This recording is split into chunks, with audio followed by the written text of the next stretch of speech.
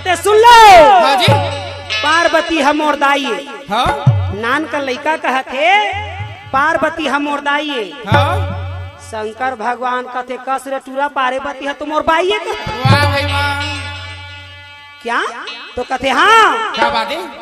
गणेश भगवान कहे पार्वती मोर दाइये। हाँ। और महादेव कहे वही पार्वती हम और बाइये दादा। जय हो। सारा देवी देवता में खलबली मच गए। हाँ। तब जाके गणेश भगवान कहते सुन लो। हाँ। छोटा बच्चा जान के मुझको ना चमकाना दे।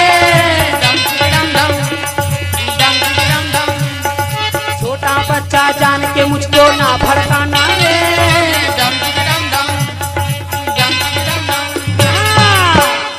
तुमन का समझ था मोला लड़का जान के चमका था। हाँ। मैं गौरी पुत्र हूँ। हाँ। कथे कोनो पुत्र रेंग कथे पत्नी